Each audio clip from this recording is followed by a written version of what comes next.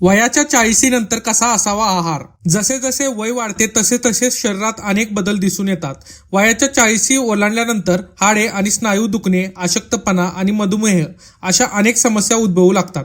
अशा परिस्थितीत या वयात हाडांशी संबंधित समस्यांचा धोका खूप जास्त असतो. येथे काही गोष्टी आहेत ज्यांच्या मदतीने तुम्ही या समस्येपासून मुक्त होऊ शकता. Number 1, vitamin D. Vitamin D calcium शोषून घेते. अशा परिस्थितीत या वयातील लोकांनी सकाळी 8 ते 10 या वेळेत 10-15 मिनिटं उन्हात बसून फायदा मिळू शकतो. Number 2, calcium. हाडे मजबूत करण्यासाठी कॅल्शियम खूप महत्वाचे आहे. अशा परिस्थितीत तुम्ही दूध, दही, हिरव्या पालेभाज्या, मशरूमसह काही ड्रायफ्रूटचे सेवन करू शकता.